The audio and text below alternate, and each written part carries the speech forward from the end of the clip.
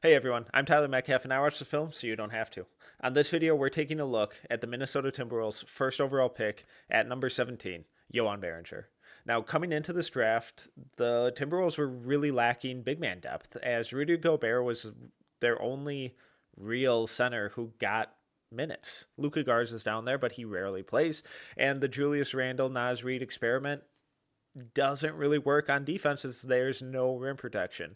And who knows? Maybe Naz Reid walks in free agency. Regardless, it made a ton of sense for the Timberwolves to target a center and a big man at that 17th with that 17th pick. Now, Beringer is one of the bigger wild cards in this draft. The French big man was playing in the Adriatic League over in Slovenia this year, and the rapid ascension of his draft stock and his play and his development is really exciting. He's incredibly new to the game. He's only been playing for a few years and pivoted away from soccer to basketball because of how much he grew. Now, Beringer measured in at 6'11 barefoot, 235 pounds with a 7'4.5" wingspan. Incredible measurements, exactly what you want. And he moves in a way that most 7-footers have no right to move. Now, the big upside with him is on the defensive end of the floor. He moves so well, and his discipline and fundamentals are far further along than they have any right to be, given how young he still is. He doesn't turn 19 until November, and he's only been playing for a couple of years. The offensive end is a little bit more of a question mark, but we're going to dive into it all, take a look at what his skill set currently is, why there should be optimism about his long-term development, especially as Rudy Gobert ages out of his starting role, and what Timberwolves fans can expect from Beringer going forward. Welcome to Film School. Let's dive in. With Beringer, I want to start on the offensive end just so we can get some of the questions out of the way right away, because the real upside is on the defensive end. Offensively, he's a much bigger question mark. I wouldn't expect Beringer to be much of a shooter at all. I know Matt Lloyd referenced that they have some optimism in his push shot and the ability to knock down elbow jumpers and 15-foot jumpers eventually. Maybe that gets there. He has decent touch, but the shot, it needs a lot of work. And this year with Olympia, he only took 16 jumpers, so there's not a whole lot of examples of him shooting or really spacing the floor, showcasing a shooting touch, even on floaters, where 87.4% of his shots this year came at the rim, either as a layup or a dunk. So Beringer's scoring game right now is almost purely as a rim runner, offensive rebounder, cutter. There's some fun stuff with his rim running and versatility that we'll get into. But as we can see here, the mechanics are kind of tough. It wouldn't shock me if there's some optimism long term with the scoring touch and the ability to knock down some of those push shots and floaters out of the short roll, and inside, like within that 15 to 17 foot area. But it definitely needs a lot of work, and it's not a skill I would be expecting from him for quite some time. Where Beringer's offensive and scoring upside really reside is with his rim running, his body control, the footwork, the straight line speed. On cuts, he ranked in the 64th percentile in scoring, the 74th percentile as the roll man, and the 94th percentile in transition. Beringer is really springy, quick off the floor, has really good hands, catches in a variety of ways. As we just saw there, catches a nice pocket pass. He can go up for lobs. Really, really effective as that vertical spacing rim runner. And when he gets a straight line to the rim, whether in transition or on the roll, he's really effective. So currently, that's his role on offense, where it's mostly as a play finisher. So as we can see here, he goes to set this high pick and roll. Defense is trying to blitz it, play at the level. Point guard gets rid of it, and Beringer immediately cuts to the middle of the floor, since he knows that his defender, who's the primary rim protector, is on his hip. As he cuts, he catches it. He feels his defender right on his hip. So instead of going up with an out-of-control layup, he showcases some really impressive body control and footwork here, and shows off his balance, stops on a dime, keeps that pivot foot, doesn't drag it. Love the flexibility here from a 7-footer. Pivots back, uses a little bit of a shot fake here to get his defender off his feet, and then steps through, and finishes through the foul. That level of balance, craft, footwork, it's not something I would expect from him regularly, but the fact that we're even getting flashes of it from him, given his athletic tools, and the fact that he's only been playing basketball for a couple of years, is pretty wild. That's really creative and really patient. Here, empty corner pick and roll, does a great job. And this is the kind of stuff that the Timberwolves run all the time with these empty corner handoffs, pick and rolls. We see them run it all the time with Rudy Gobert, and this is a set that Beringer can slide into really quickly.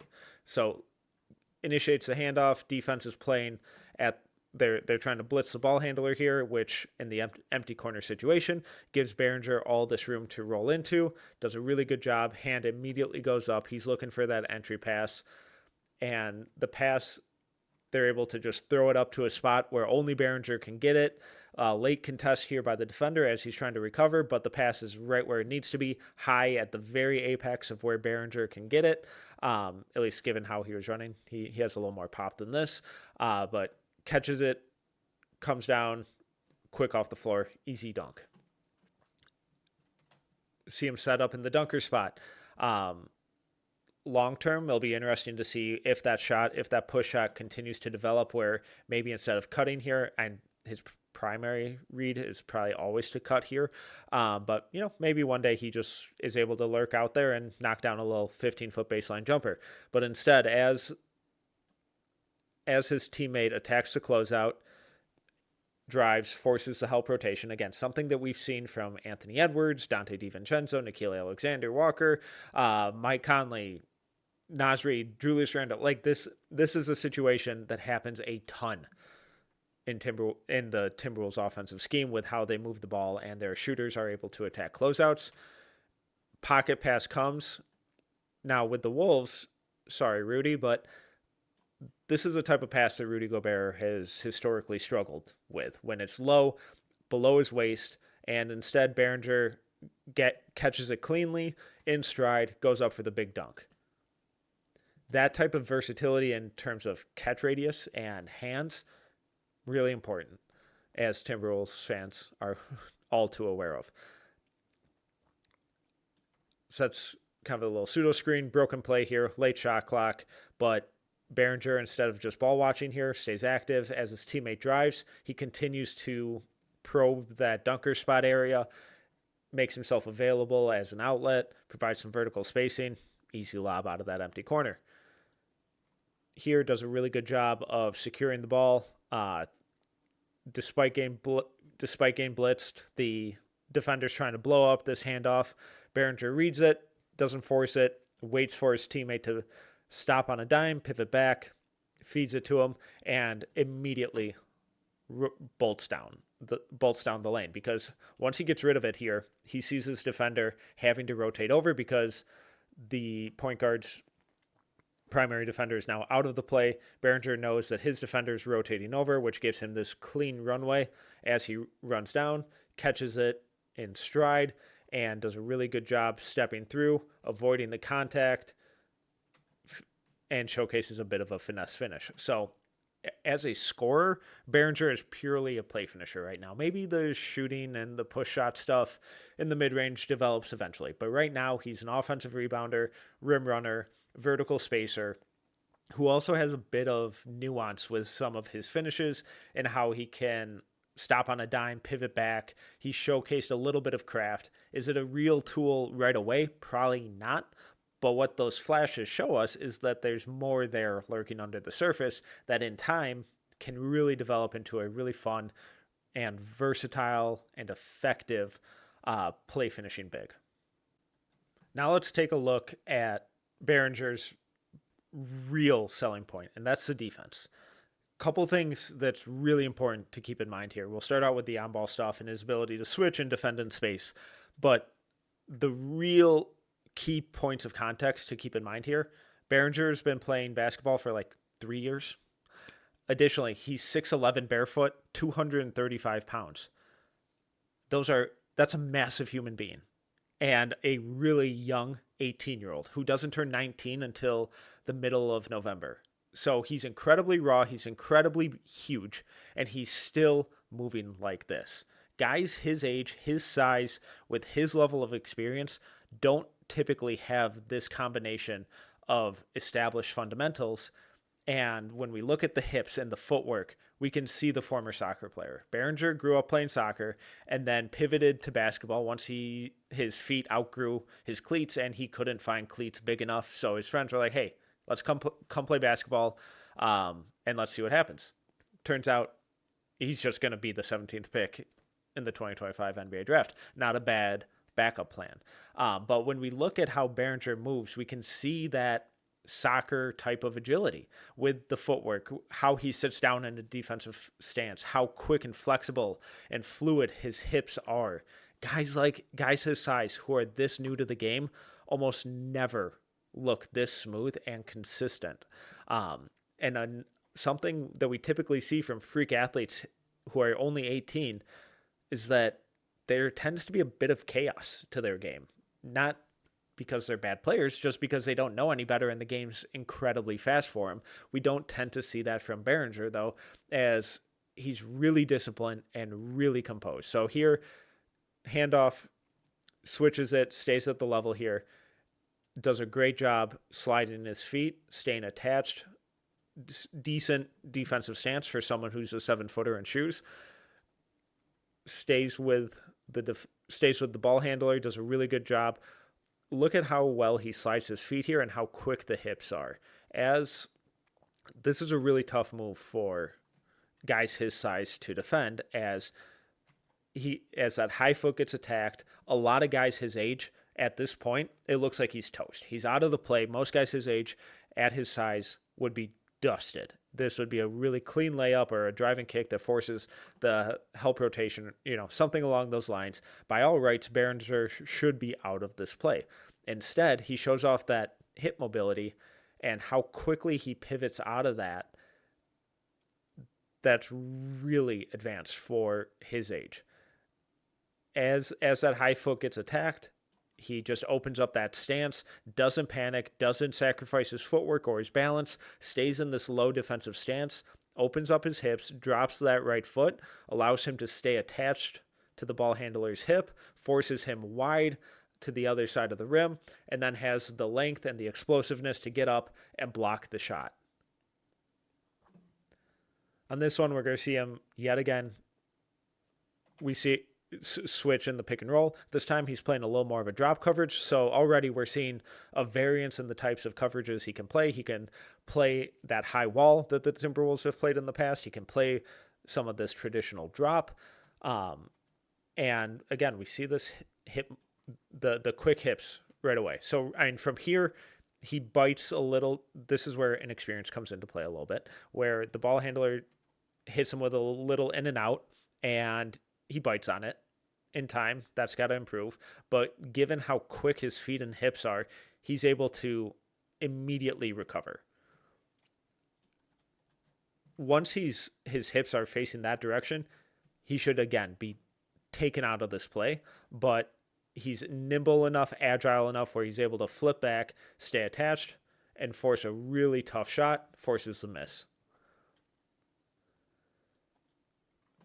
And that footwork, that balance, and the discipline to not bite on this fake is pretty special. So he switched out on the opposing point guard from go here, really forcing him right, trying to keep him on one side. Does a good job of not crossing his feet here. He does turn his hips to turn and chase, which again should take him out of the play because that step back, he should be done. But since his lower body is so explosive, and look at how low he's getting. And he's lucky he didn't blow out his knee there, but that speaks to the flexibility and the strength of him. And the fact that the ball handler knows that even if he rises up here, Beringer's 4.5-inch wingspan is going to get a good contest is a testament to Beringer. And on that head fake here, as he recovers, most young guys are jumping at that, and they're going to draw a foul or give up a layup. Instead, Beringer stays grounded, recomposes himself, sits in that stance, stays composed, and waits for the ball handler to elevate before he commits to contesting the shot, forces a tough miss. DHO, little cat and mouse game, quick feet, quick hips. Beringer is constantly toying with the ball handler, not committing one way or the other, while also not getting caught in no man's land. Likely good communication from his teammate here on the backside, letting Beringer know that he's there helping him with the roller, but Beringer doesn't abandon too soon. He doesn't overcommit to the ball. He doesn't get back to his man too quickly to give up a layup. Instead, he stays attached to both, playing that no man's land game really well. Or making sure he's not caught in no man's land, but instead playing that in between game really well. Excuse me. And then here we see some of that inexperience, where he still gets a really good contest here, but he's a little complacent and a little too honed in on the ball. Instead, at this point, he needs to get back towards the middle, because even if the ball handler then pivots back, he has the size where he can contest. Instead, he gets a little ball watchy here, stays anchored in the restricted area, really wants this block, but does a good job of not jumping too early, stays disciplined. As the shovel pass goes to Beringer's primary assignment now, that's too much of a gap to be giving up. But late contest, solid length, he gets a decent contest on it. He's just got to be a little more attached, because that's too much space to be giving up to an NBA center's probably going to drop in this floater, given that much of a cushion, especially on the catch here. So decent late contest, and his length allows him to do that. But at the very end of that play, we can see some of the inexperience and youth in Beringer's game, because he is just 18, but he stays with it the entire time. Does a really good job of staying grounded on the shot fake, waiting for the ball handler to commit to the shot, elevates, doesn't foul. They eventually get the bucket, but that's what happens on second and third chances. Pick and roll, switches in space again. Tremendous footwork, forces the ball handler outside. He's sitting low in this defensive stance. Most 7-footers are just physically incapable of doing that. Slides his feet really well, absorbs the contact, forces the tough shot through the contact over a late contest. Really solid defense. Really good footwork. It's just a common theme here with all of Beringer's defense. He's sitting low in his stance, quick hips. I love how quickly he opens up there, and then doesn't abandon his balance, slides his feet, stays low in that defensive stance. It allows him to react to those step backs, stays disciplined, decent contest, doesn't get torched. It's really tough to beat Beringer off the dribble, even when here, where we see some of those lapses that are inevitably going to happen with 7-footers. Sloppy closeout, high narrow stance, really good drive here, but then we see how quickly Beringer's able to recover because of that footwork and explosiveness. So even though it's a rare sloppy closeout by him, but his rare sloppy closeouts aren't chaotic. Like, he's still able to recover and stay in the play. He's high here, recovers immediately, stays attached, and then has the size, explosiveness, and length to then get the block. So even when he does falter, he has all of the tools to recover and make a big impact. Here we see him a little more in an off-ball role, drops down, solid help defense, and then really solid closeout here, under control. High foot gets attacked again, opens up those hips, slides, absorbs the contact, forces a tough shot. Almost gets caught cheating there, gambling a little bit, but the defense, it's an unfortunate miss for the ball handler, but the defensive stance, the way he slides his feet, stays attached, absorbs the contact, high hand the entire time, disrupting the ball handler's view, stays grounded, doesn't bite too much. Really nice step through by the ball handler here, but Beringer's size and length still force him to attempt this wild, acrobatic, off-balance shot that just rims out. But the common theme throughout all of these possessions with Beringer is how quick, light, and nimble his feet and hips are. And for a 7-footer to move like that is really special, especially since he's just 3-4 years into the game with a full year, 2 years, 3 years of NBA coaching and development and film and processing and all that kind of stuff. It's kind of exciting to think about where Beringer could be as a defender, especially after a couple of years, not only of the NBA level coaching, but learning behind one of the best defensive centers of the last 20 years in Rudy Gobert.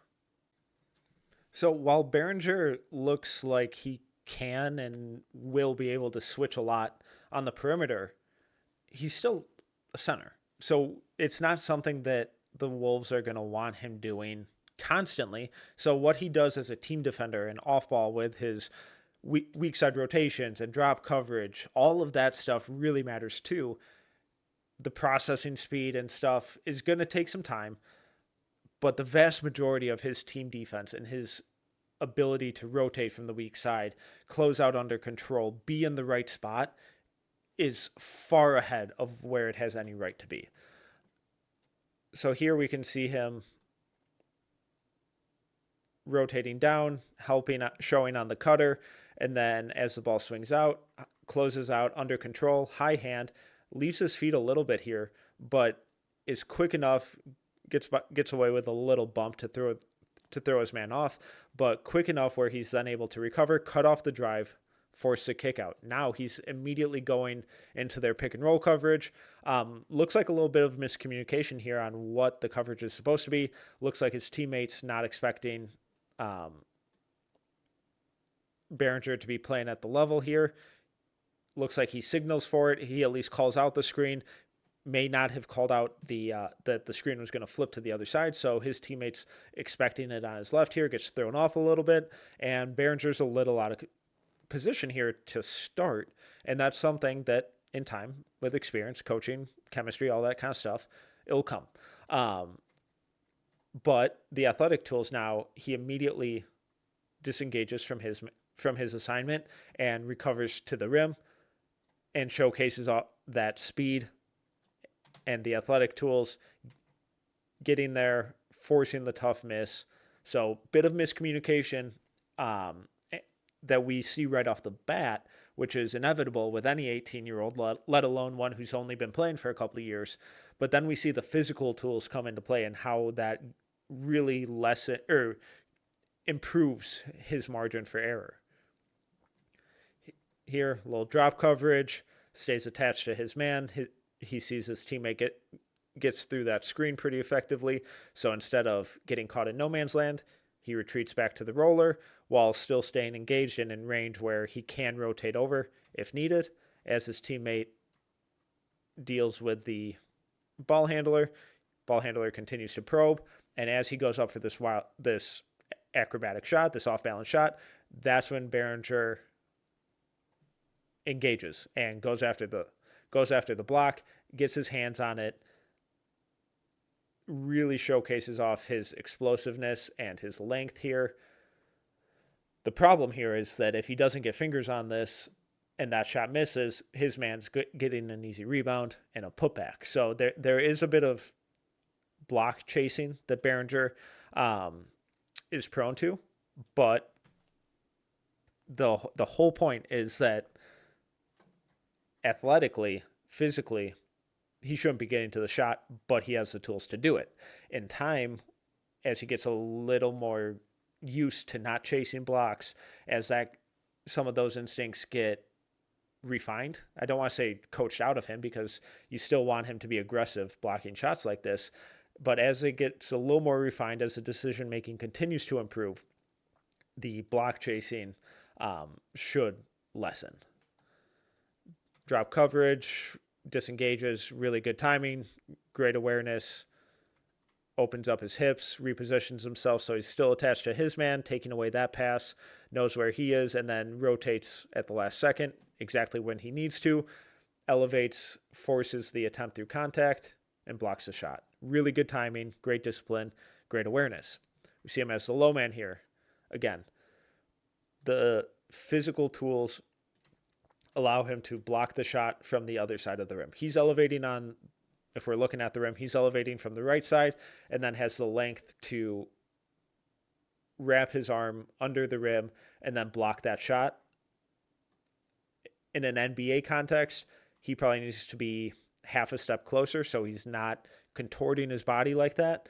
But the reason he's a step late is because if he rotates too early, then that shovel pass goes to his man, and his man has an easy layup, little push shot that he probably can't quite get back to. Instead, he waits until the ball handler commits to the shot and then has the physical tools to rotate over and execute the block. We see him as the low man here again, and really good rotation. His teammate gets beat off the drive here. Beringer rotates down, deters the shot at the rim, forces the kick out. Now, this is the really fun stuff where an NBA shooter, that shot's probably up.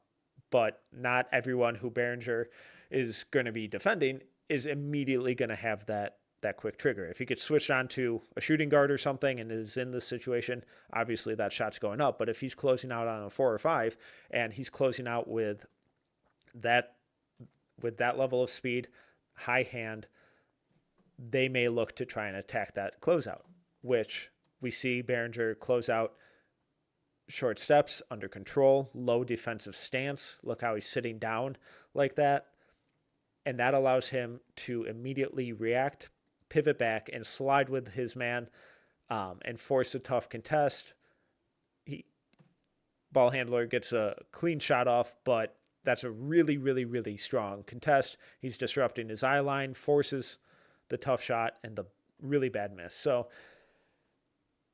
as an off-ball defender, as a team defender, Beringer really thrives with his physical tools and his motor. There's a lot of refinement that still needs to go into his processing speed and his decision-making on chasing blocks, but the foundation of where it's currently at is really promising, really exciting, especially for an 18-year-old who's new to the game. And in a year, 2 years, it'd be shocking if we don't see a massive uptick in consistency and reliability from that standpoint. Joan Beringer is far from a finished project. He's only 18, doesn't turn 19 until the middle of November, and has only been playing basketball for a couple years. However, at 6'11", barefoot, 235 pounds, with a 7'4.5" wingspan, he has all of the tools and the foundation for what teams look for in modern centers, especially on the defensive end. The way he moves his feet and moves in space is special. Guys his size, at his age, aren't as light on their feet as Beringer is. They don't have as quick footwork. They don't sit down in a defensive stance. They can't open up their hips and change directions multiple times the way he does. The defensive upside with Beringer is special, especially after a year or two of NBA coaching and learning from one of the best defensive centers of all time in Rudy Gobert. The upside on that end of the floor with Beringer is really exciting. The big question is, how quickly does that come? And what does the offense look like? Right now, he's almost exclusively an offensive rebounder, rim runner, vertical spacer, cutter, interior play finisher. The shot needs a lot of work. He only took 16 jumpers this year for a reason. But there are those among the team who are optimistic about his scoring touch and his ability to pivot more into being able to knock down those push shots or 15-foot jumpers out of the short roll. If he can eventually develop that, that'll do wonders, because we've seen flashes of really dynamic and composed and creative, crafty footwork and finishing. But right now, he catches everything. Whether it's a lob or a pocket pass, he's got really good hands. He showcased some footwork and body control and craft around the rim that we wouldn't expect from someone of his archetype at his age. Joan Beringer is a home run swing and a definite lottery ticket type of player and type of pick that the Minnesota Timberwolves took at 17. In recent years, they've been looking to take big swings at positions of need, and that's exactly what Joan Beringer is.